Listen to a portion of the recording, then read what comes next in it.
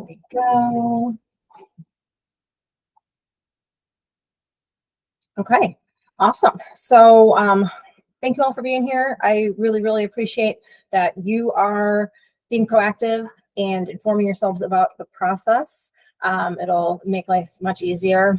The students got the same presentation last week, so they should have the same basic understanding of things that you'll have by the end of this presentation. So for those of you who don't know me, I'm Miss Giordano. Amanda is fine. I'm the school counselor at Nettlehurst. I've been there 7 years now. And I'm trying to be your expert on everything Go CPS so I can help make this as least stressful of a process as possible. So one thing right off the bat, and we're talking about Go CPS high school applications, right? The district always calls it by the school year for which you are applying. So you'll see things like on the slides here, the 25-26 application cycle, because they're applying for that school year. But then I've got that little like fall 2024. So I remember that I'm using the right deck and we all know where we are, when we are.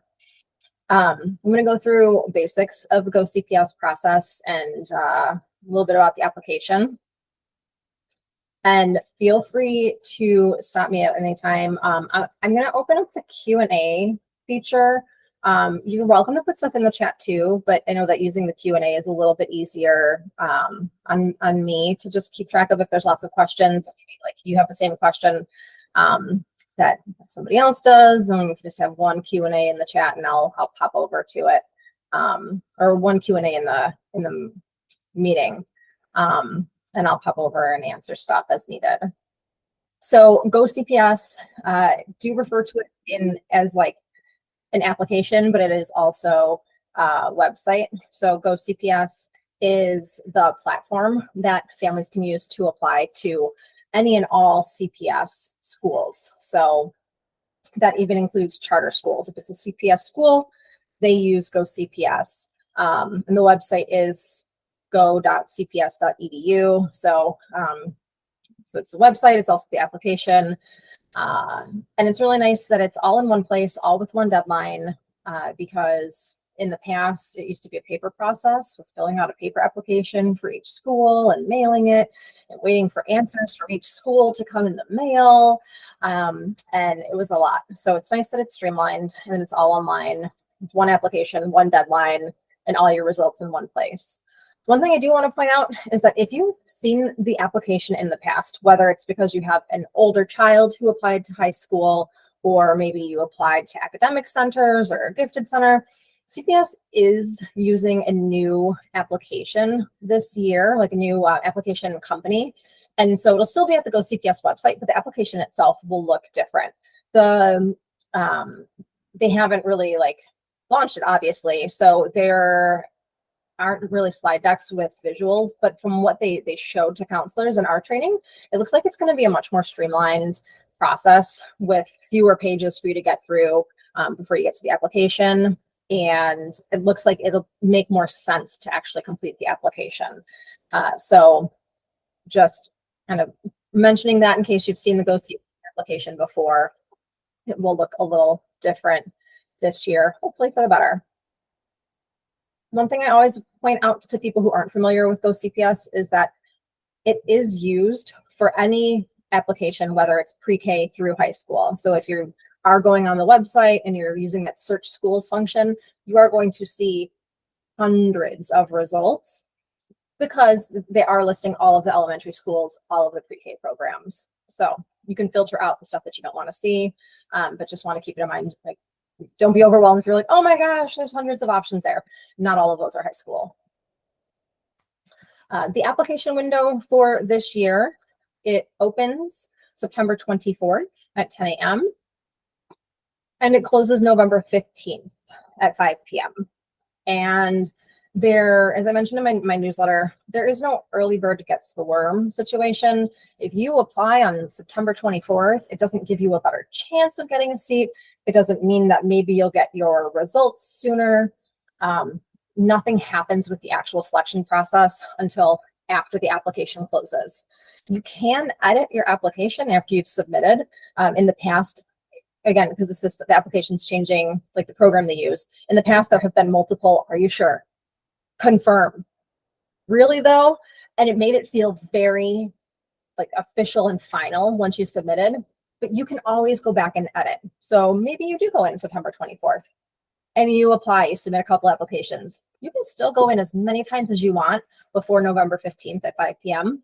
to add new programs, take old programs out, re-rank, all of that. The only advantage that I'll mention for applying early is if you're applying to one of the arts programs that requires like a portfolio review, like visual arts might, or a drama program, which requires an audition. Actually, I think even the portfolio reviews are all digital now. So I think it might just be like drama auditions. You'll have to schedule that. And by applying earlier, you'll be able to schedule that and you'll see probably more dates. So that's the one advantage to applying earlier is if you know you're going to have to do an audition or some kind of in-person screening, which I really only think a drama or maybe music, some music programs. But otherwise, no difference between applying in September versus November.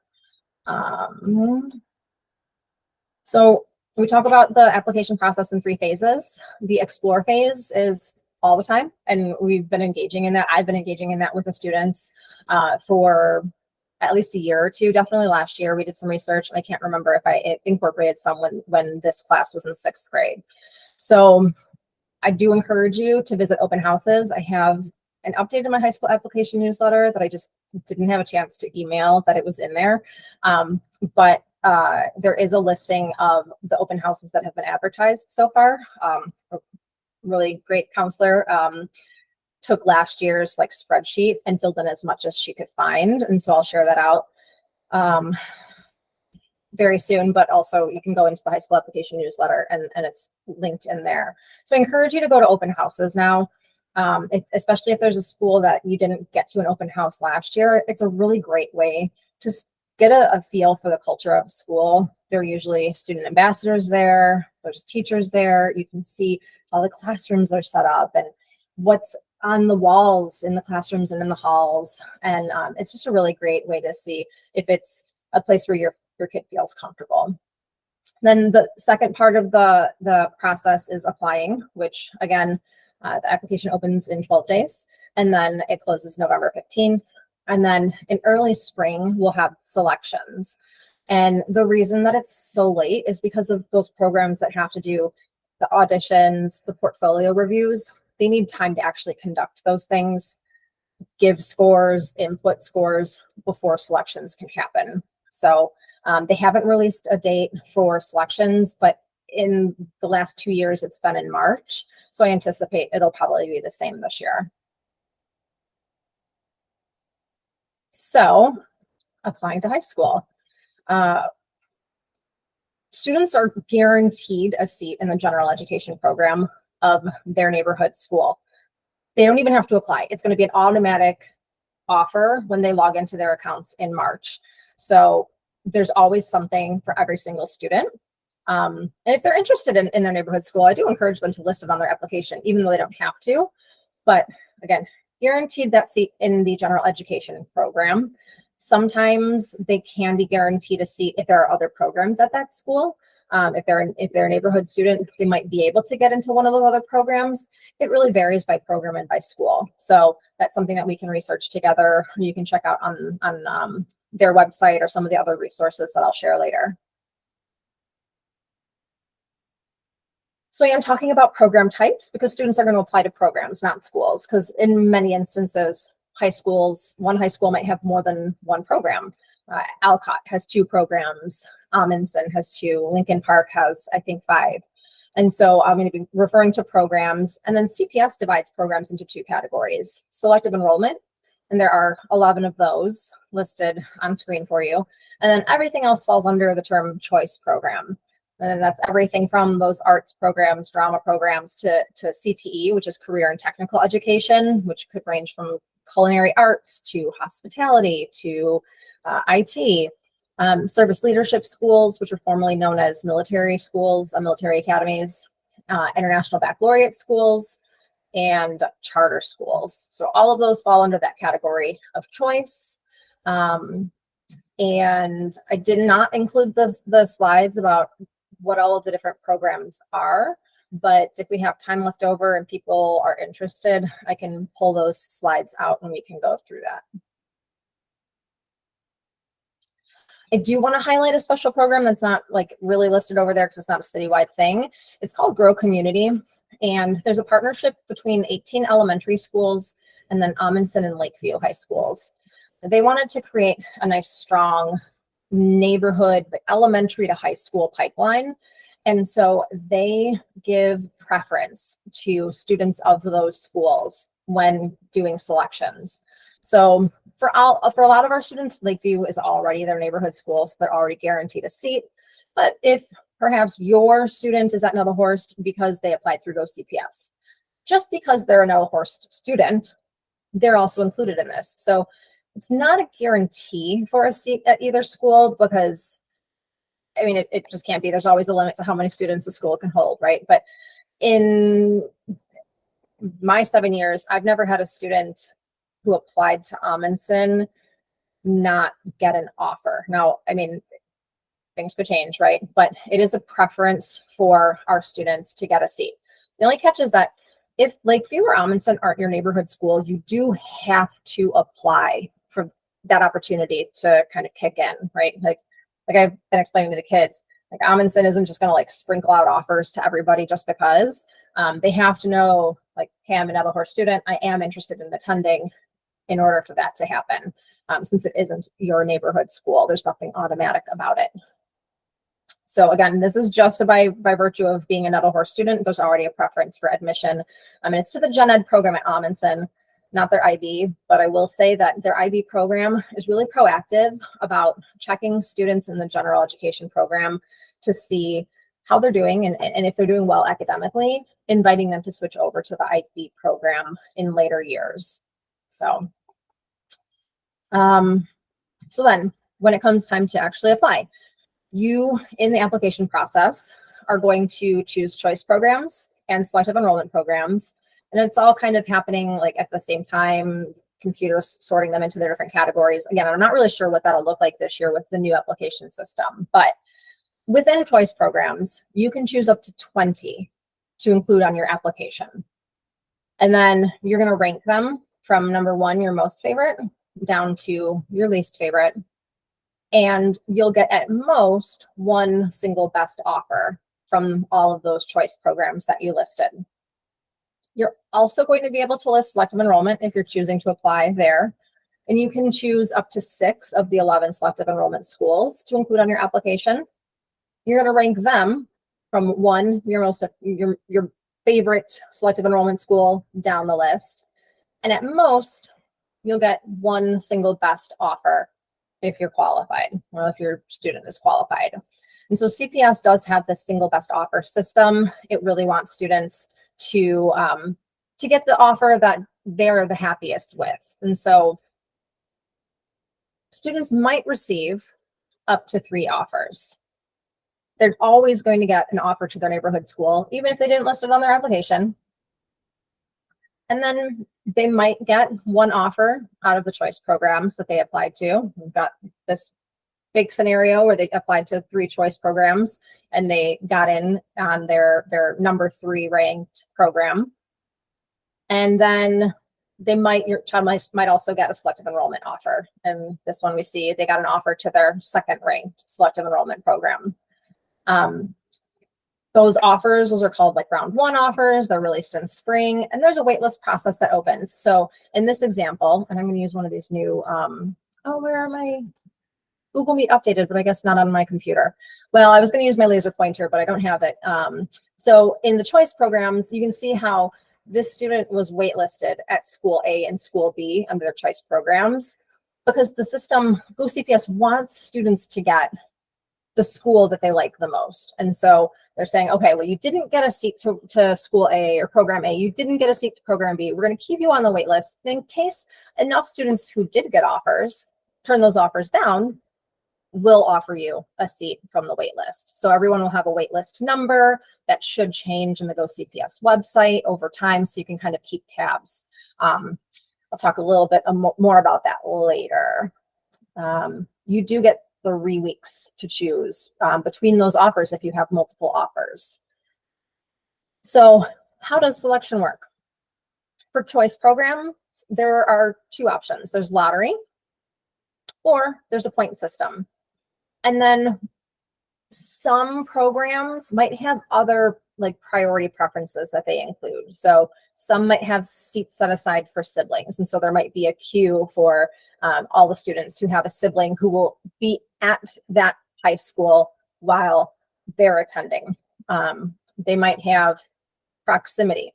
So if you live nearby, you're considered first, and they fill a bunch of seats, or they have a certain number of seats reserved for students who live nearby the school, and then they go into the next queue of everybody else. Continuing enrollment does not apply to us because we don't directly feed in. Like Alcott would be a continuing enrollment school because they have the elementary and they have the high school, but for Nettelhorst, it doesn't apply. There might be an attendance area priority preference. The elementary preference is that Grow community that I mentioned. Tier, we'll talk a little bit more about. Overlay is super rare.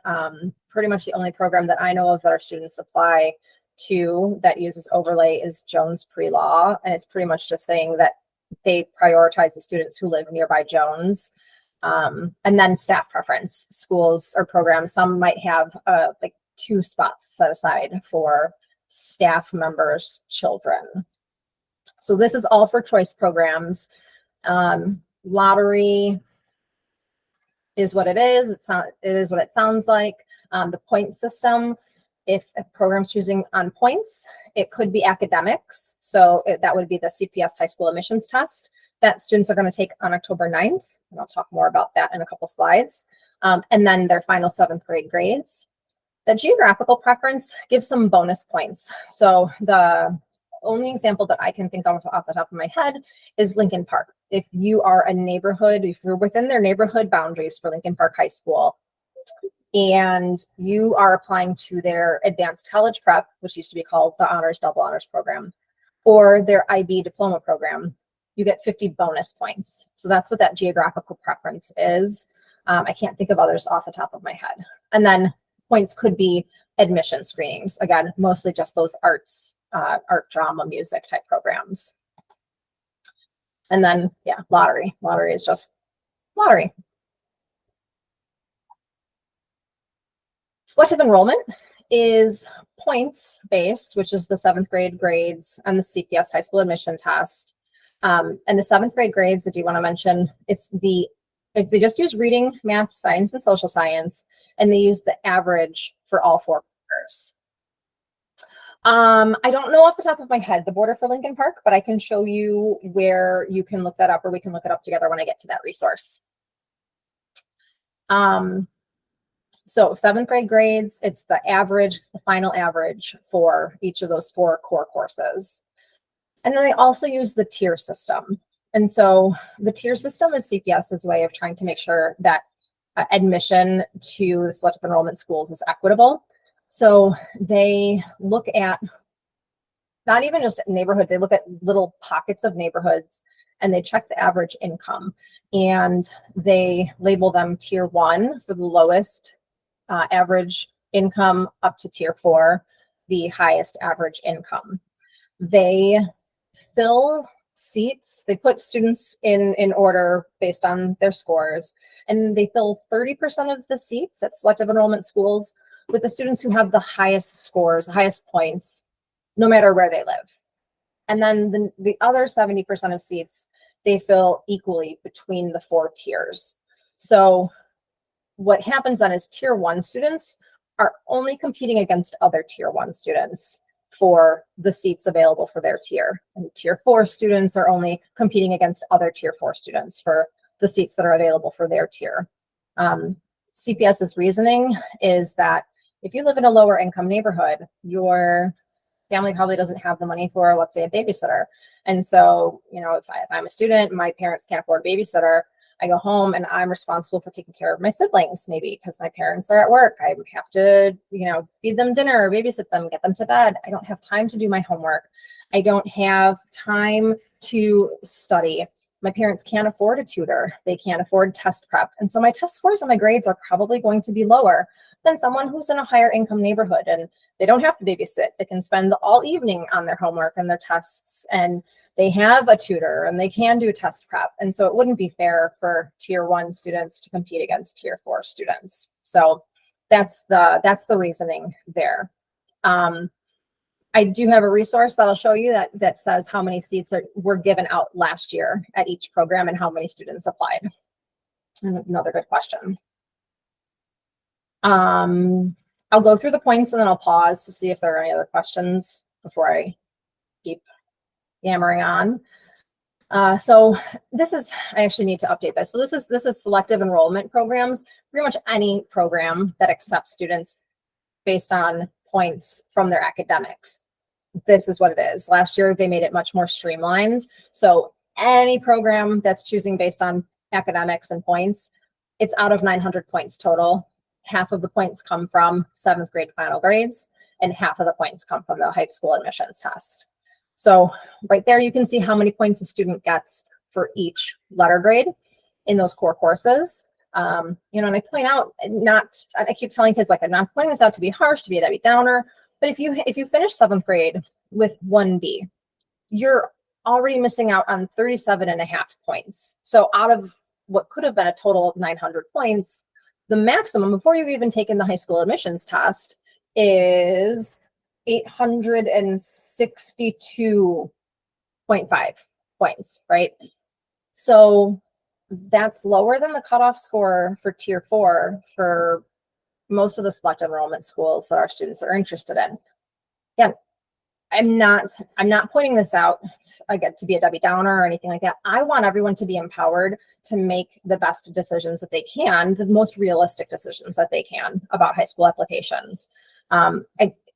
People have something in their mind about where they want to go, and they don't really know what the requirements are. I want you all to know what is realistic and where are you likely to get in. So you can just make informed decisions, informed choices. So then half of the points come from the high school admissions test, which is just reading and math. It's an hour long. You can see that reading, there are 23 items, math 36 to 39, depending on like which version, which form of the math is given, whether it's like first test date or the makeup test date. Reading, most of the questions focus on inferring and generalizing information in passages. So reading comprehension, and it includes both informational and literary texts. So stuff like novels, or maybe there's something a little bit more social science-y that might be the informational text piece. And then math questions emphasize the ability to solve quantitative problems. So math. I tell kids it really is just measuring how much do you know based on what you should have learned by now.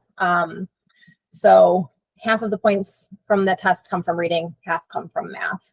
The subscores from those sections are used as tiebreakers for point-based selection. That was a question I got from kids, like, well, what if like the cutoff score is 900, everybody has a 900, how does CPS decide who actually gets the seats? They look at those subtest scores, and there's a handout on that with more specifics if you're interested. I'm going to pause in case there are questions.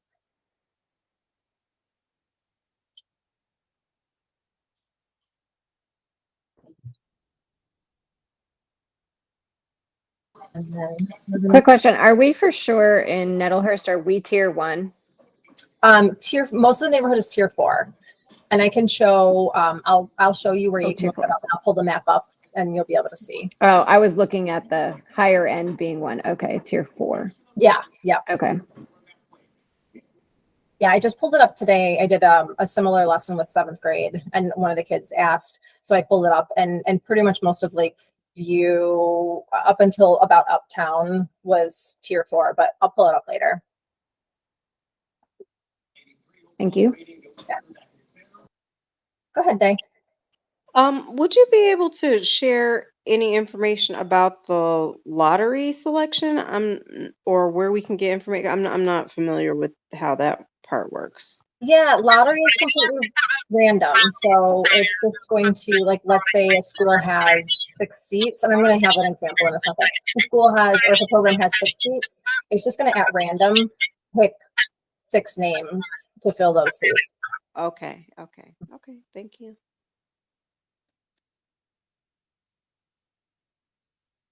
So students, when it comes time and it is a computerized process. There isn't a human sitting there looking at, oh, Amanda's got this many points, and it's all completely computerized. So students are placed in line by the program based on whatever rules. If it's lottery, it doesn't matter. They're just all put in a list. If it's point-based, they're listed with the most points down. And then the system's going to try and place each student with the highest ranked program that it can. So let's get to our example here. So we've got Barack. Barack applied to 3 different programs. We're looking at school A is what Barack listed number 1. So that's Barack's number 1 choice. And they have 6 seats available. They choose based on points. So that's with the little icons next to it. So academic points, and then they give bonus points because he lives in the area. So when they lined all of the applicants up, Barack had the 7th highest points, but they only were filling 6 seats. So Barack didn't get a seat. Barack was placed on the wait list in case somebody doesn't take their seat. Barack might get a call and they might offer him a spot. And that can happen all the way for choice programs, all the way through January of 9th grade, actually. Selective enrollment, it's only through, I believe it's the 20th day of school, but it's shorter. It's not as long of a window. So then the system was like, okay, Barack didn't make the cutoff for school A. I'm going to go down to number 2, school B, or program B, and it's lottery. That's what that little pink icon with all the dots means. And Barack was lucky enough that his number got pulled, and so he got an offer. And because the system is all about giving you the highest thing on your list, it didn't even consider what Barack had ranked number 3, because it was like, okay, well, I gave you your 2nd choice, so you're happy. Like, you would prefer that over what you listed 3rd. So Barack has an offer for program B, is on the wait list for program A, and he's done.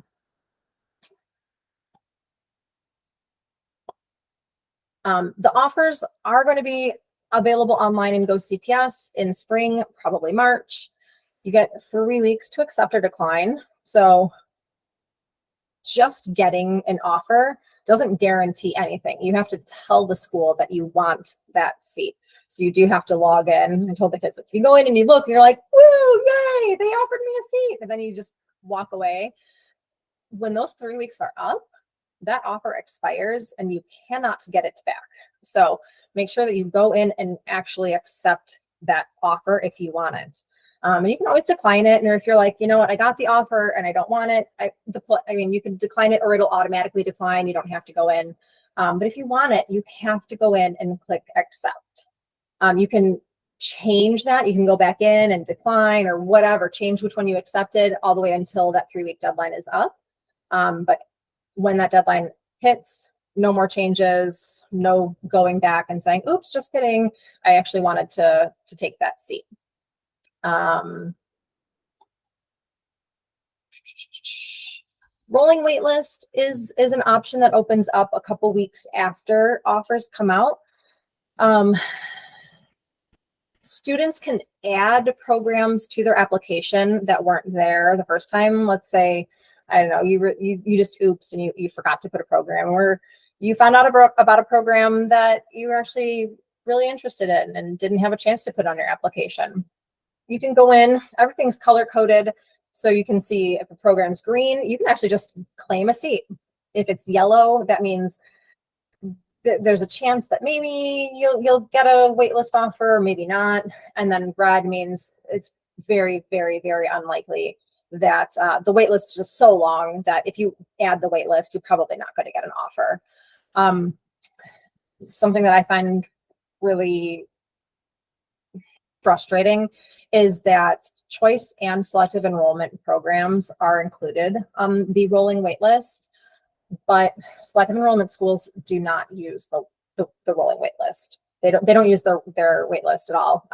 Not a single student's waitlist number changed from our 8th graders, and I talked to other counselors in the area. Not a single waitlist number changed for selective enrollment last year. So I think it's very misleading. I'm hoping that it's just because they like tech-wise can't have it on for the choice programs, but not selective enrollment. I don't know. So only schools that haven't filled their seats are actually going to use their wait lists. So, check it out if you're not happy with your offer in the spring, but don't be super hopeful that there will be a whole wide array of choices. Principal discretion is something totally different from the rolling wait list. Principal discretion is only for selective enrollment, and you can only do it if you've actually applied in the regular round of applications. You only do it for one selective enrollment school, and it is more like what's like college applications are. There's a personal statement that the student has to write.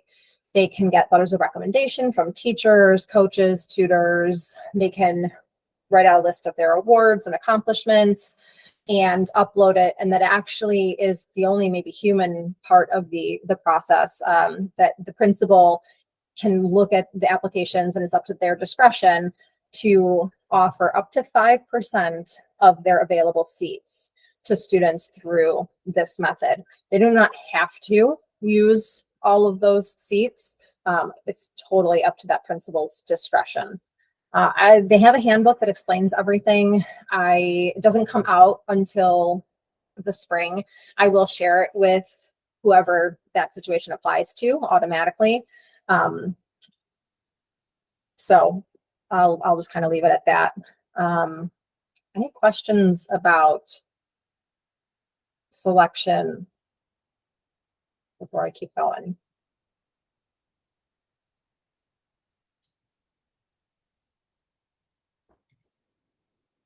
All right. What can I do now? This is for students, but for you too. Write the application open and close dates on your calendars. Start thinking about what programs are good fits. Attend open house events. Subscribe to the Go CPS mailing list so you'll get updates straight from Go CPS. I will pull out whatever I think is most important and try to put it in clear to understand language. And then I also take updates that they send to counselors and put that in the high school application newsletter. So I'm not trying to give you extra work. I'm just trying to keep all the important information in one place for you. So those are all things to do now. A lot of students did actually take out their planners and write the dates down. So that was really great. There are Go CPS family trainings, which I imagine will be essentially the same thing that I've given you tonight. You're welcome to check it out though. If you feel like you want another go at it to understand or see if they present anything new, maybe they'll have more information about the new application system by the time they do some of these, because they're not until October. And then we get to resources. So I have a bunch of resources on my Google site. I am going to switch over to that tab so I can walk you through some of them. And let my computer figure it out.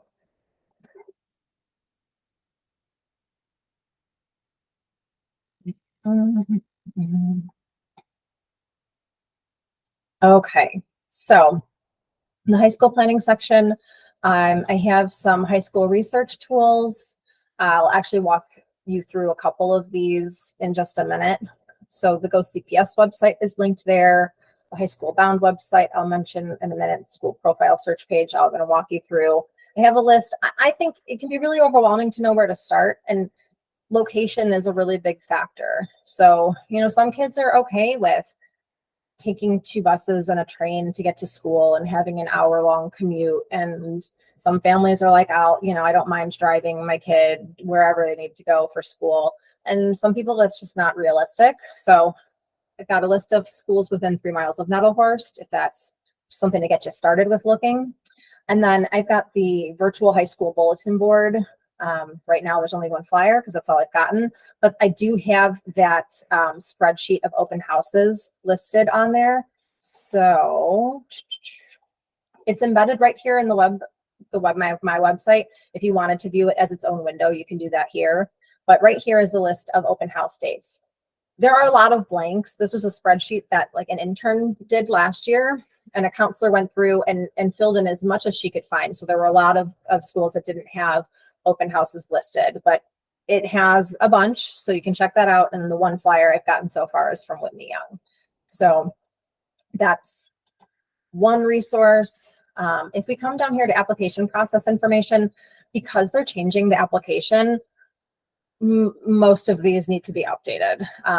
But I do have a list of the programs that require an admission screening, which should be pretty current still. Information about the high school admissions test, which I already went through. Scoring rubrics. It's pretty straightforward. Like I said, half of the points are from 7th grade grades and half are from the high school admissions test.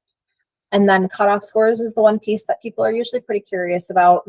And so the thing to remember with cutoff scores is this document is just going to show what happened to be the lowest number that they ended up accepting last year, right? Because they put the students in point order, they fill the seats, and they're like, okay, well, we went all the way down the list filling seats, and our seats were full right when we reached 734 points. So that's the cutoff score.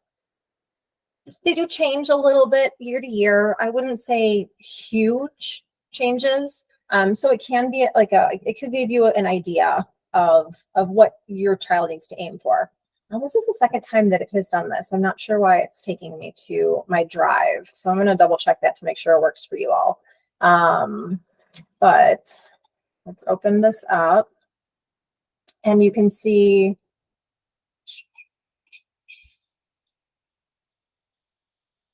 so these are the choice school cutoff scores from last year. So in SYN IB program, the lowest score that they ended up taking from a student was 780.5 points. So it's reasonable to assume that this year a student might have to score around the same to get in there. Lincoln Park, their advanced college prep cutoff was 709 points last year. So 768 for IB, a little bit harder to get into the IB than it was to get into the advanced college prep last year. And then got more down here. I can't tell why they are separated like that. I don't know. But we'll go look at the choice totals for auditions. So you can see that the points are very different looking here. That's because they're not based on academics. They're based on those auditions or portfolio reviews. That's the only thing that their points came from. So those numbers are pretty meaningless unless you have a scoring rubric in front of you for that program. And then selective enrollment. And I'm gonna zoom way in and then let's see if I can explain this to you. So, okay, maybe that's a little bit too far. It's starting to get blurry. So what they do is they list, like I mentioned, for selective enrollment schools, they fill 30% of the seats with the students who have the highest points overall. So that's what this rank row means. Those are those like top 30% students. And then down here, you can see, and I always reference tier 4 because that's what most of our neighborhood is. So for tier 4 for Jones last year, the minimum number of points that they ended up accepting was 866. And then all the way up to 880. And a student asked, like, well, why only 880? Because if they scored over 880, they weren't admitted because they were in tier 4. They were up in this like top 30% rank. So, and you can look, they've got that for every selective enrollment school. So Lane Tech last year, tier 4, the lowest number of points that they accepted for a student was 870. Whitney Young was 886 was the lowest number of points they accepted from tier 4. Where else? Peyton last year, the minimum number of points that they accepted for tier 4 was 898. Northside, 891. So there might be a little bit of change from year to year because it's based on the applicants every year, right? Come back over. I do have on my site, Go CPS Point Calculator, and it should, when you click that, it should force a copy of this for you. If it doesn't, it has instructions here to make a copy. So basically what you can do is put in the letter grades that your student had. So let's say I had 3 A's and a B, and the students should get their results from the high school admissions test before the application closes.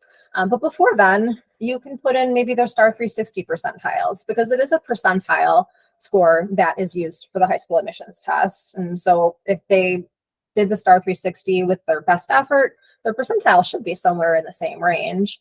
So let's say I got the 92nd percentile in math, and I got the 90th percentile in reading.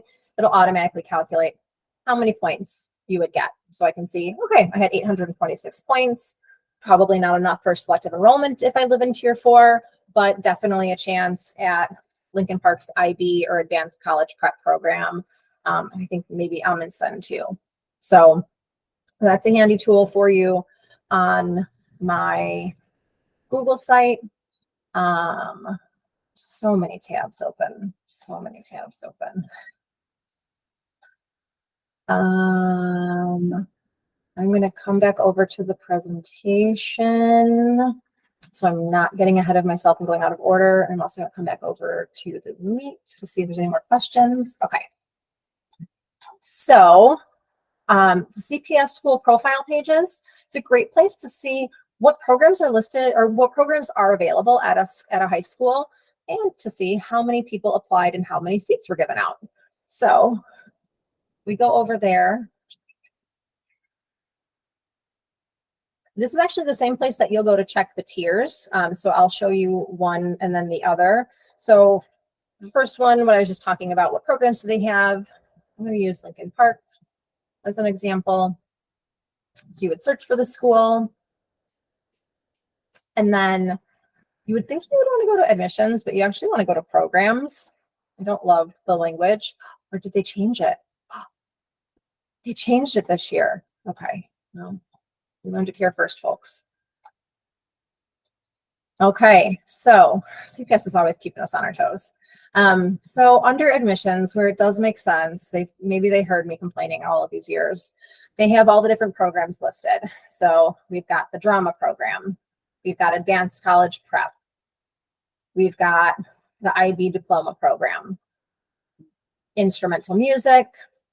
Anytime you see this special education significantly modified, doesn't apply at all.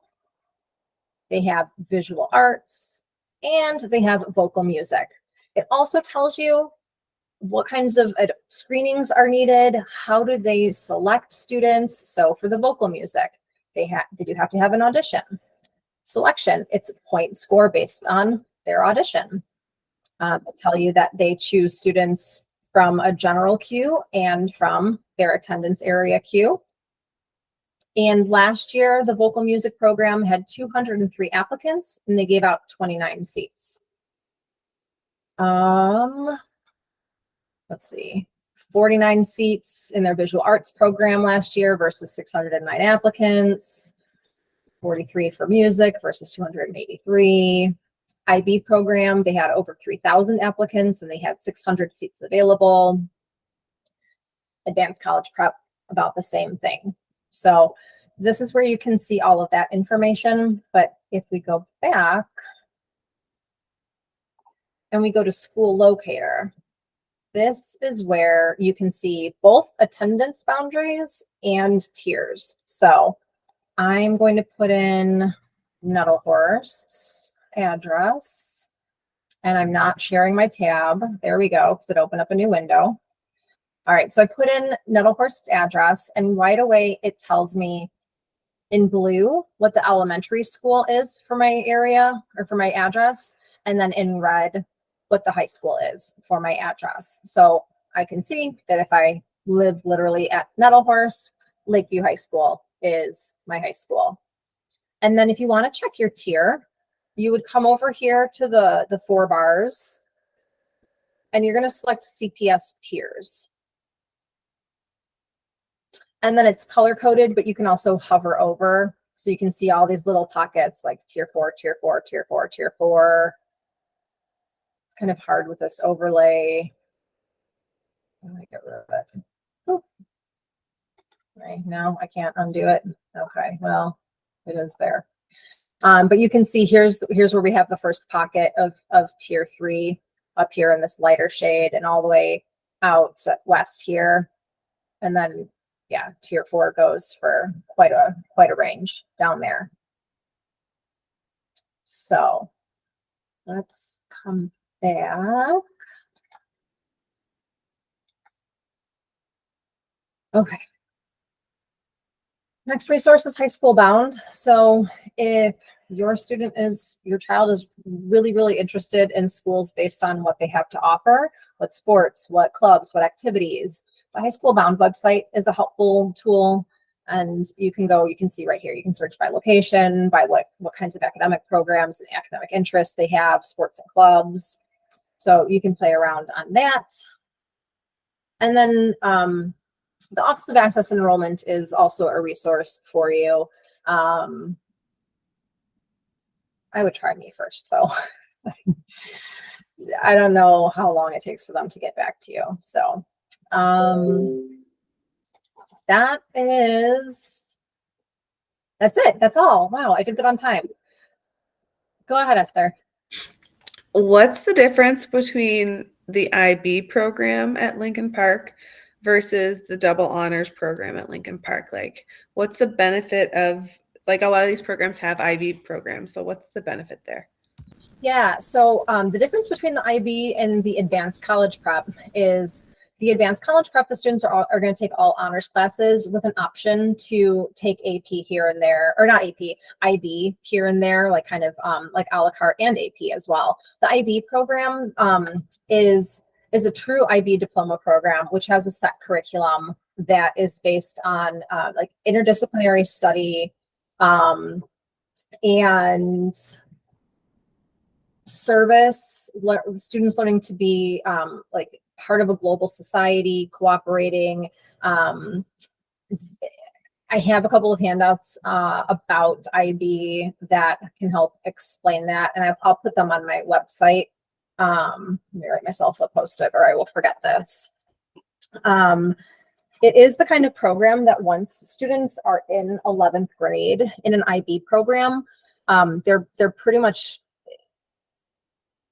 I don't want to, I hate to use the word stuck, but they are, because the IB program, the IB curriculum can be very specific. Some of those classes won't really transfer back over well, or like the opposite is true too. So if a student isn't in the IB program in the start of 11th grade, it would be very hard for them to transfer into the IB program, because they'd be missing core courses that are required for their diploma to be an actual like certified international baccalaureate diploma.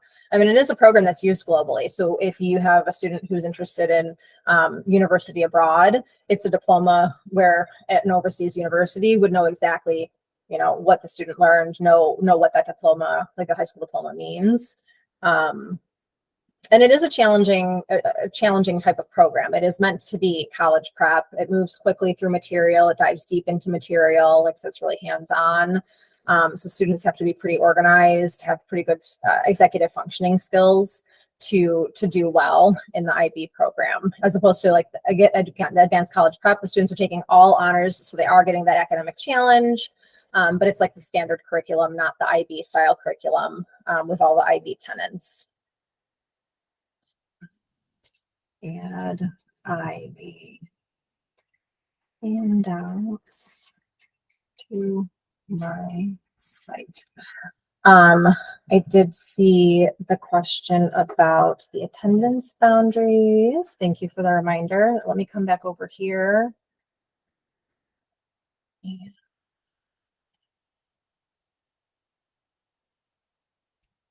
Okay, so let me get rid of this tier overlay because it is very distracting. I just gotta reset here.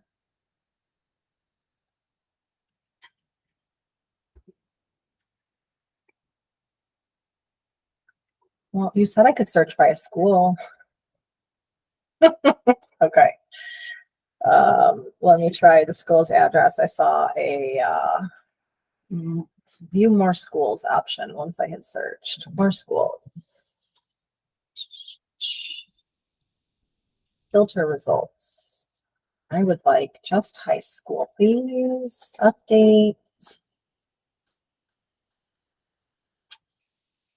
This is okay. It's frustrating.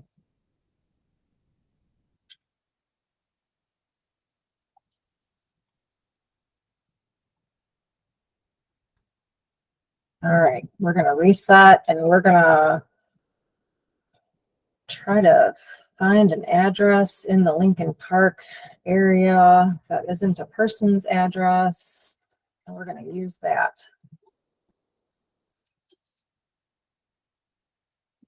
I'm just lucky that the map is working at all for me, because for 5-6 years, no matter if I was on my home computer or my work laptop, that school locator website just wouldn't work for me. So I guess I can't complain too much. Okay, we are going to use the address of Cafe Baba Reba, 2024 North Halsted.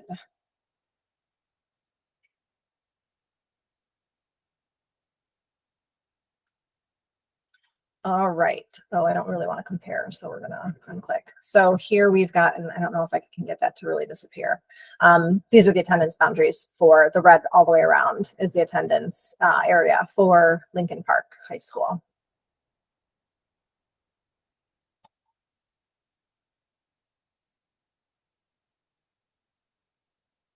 Oh, and now Google says that I can annotate the screen. Thank you, Google. So just for fun here. Ooh, you're welcome. Any other questions?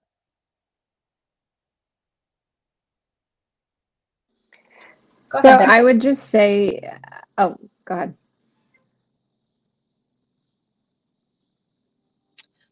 I have a question. Well, actually, two questions. The first one is regarding like seventh grade grades, right? So if your student had like 3 A's and 1 B, but that B was literally 89% B, is there any way to like appeal or adjust those grades? Because that difference between a B and an A is vast. And I don't want to make it seem like life altering, but sort of it is because, it's literally kicking you out of the running for 1%. Yeah. So are you saying like their final score for one subject was an 89? Right. Yeah, I mean, I think because CPS does round, so even if it was like an 89.5, it would round to an A. So I don't think that there is an appeals process for that. What I do want to say though is that, I hate the way that CPS has set this up with like selective enrollment and IB, come get your advanced learning. You can, and I'm going to mute you just because there's an echo coming through, but if you have more follow-up, come back off mute. You can take all honors classes at your neighborhood school, right? You can go to Lakeview and you can take all honors classes if you're qualified for it, just like you would be taking in the advanced college prep program at Lincoln Park High School, with also the option to take AP classes. So I think that the way that CPS has set it up with like, these are special programs, makes it really feel like that's the only place you can get it, and you're going to be missing out if you're anywhere else. You can be in the gen ed program at Lincoln Park and still take as many honors classes as you qualify for, and then AP classes if you're up for it and you qualify for them. So like, I hear your concern, but also like, you're out of the running for programs, but you're not out of the running for having the option to take honors classes and AP classes and dual credit classes. It's just kind of my aside. But no, I don't think that there is an appeal for that kind of situation. Okay, and that does help answer a little bit of the question, because like, for example, you're showing Lincoln Park having an honors program, but it doesn't really mention honors classes at the other schools for, just like the general program. Yeah. I really disagree with the way that CPS has presented its options. Okay, so then one more question. In terms of like ranking programs, so let's say, for example, you may rank Lincoln Park as your first choice in maybe either of let's say the IB program and then maybe the honors program, and you don't get a seat there. Being a Nettlehurst student, do you get kicked back to the Grow community program, where maybe you could attend Amundsen as general? Or Amundsen would have to be on your list, on your application for that to kick in. And then it's really likely that you would get a seat. And then if Lakeview is your neighborhood school, you would automatically get an offer there, even if it's not on your application. Okay, thank you. You're welcome. So it just seems like when you do the application process, you should select as many as you want, but the main thing you have to do is know what school you truly want to go to, because if you say that's your top priority and you get it, everything else falls off. Yep. Okay. Mm-hmm. And everything you do is in the Go CPS website. That's how you get to everything to do all of the school's applications. You just have to have a login and do it all from there. Yep. Okay. Okay. And as they release more guides with pictures of the updated website or the updated like application, I'll share that with everybody. It does look pretty user friendly. And the one in the past, if you kind of were just like clicking your way through, you could apply in 5 to 10 minutes if you already knew what programs you were interested in. So I think this new application, from the few pictures I've seen, will be even easier and faster to use. But I'll send everything your way when it's shared with me. Do you know the turnaround time on the high school test scores? I can't remember when they got them last year, but CPS, students did get them before the application deadline. I want to say it was early November.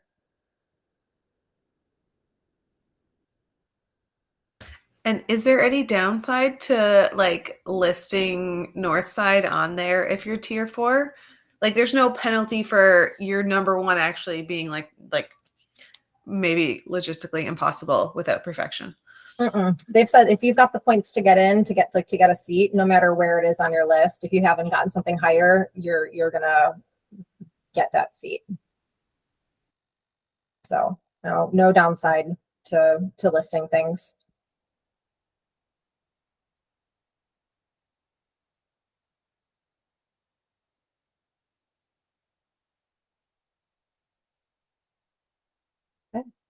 Well, if there's nothing else, I will let you reclaim the rest of your night. And I'm always here. If you have questions, send me an email. You can use the link in any of my emails to set up an appointment with me for a phone call, a Google Meet, or a meeting in my office. I want this to be as stress-free of a process as possible for you. So just let me know what questions you have. And again, thank you for being here to arm yourselves with information. It makes my life easier. I appreciate it. Thank you. You're welcome. Thank you very much. Thank You're you.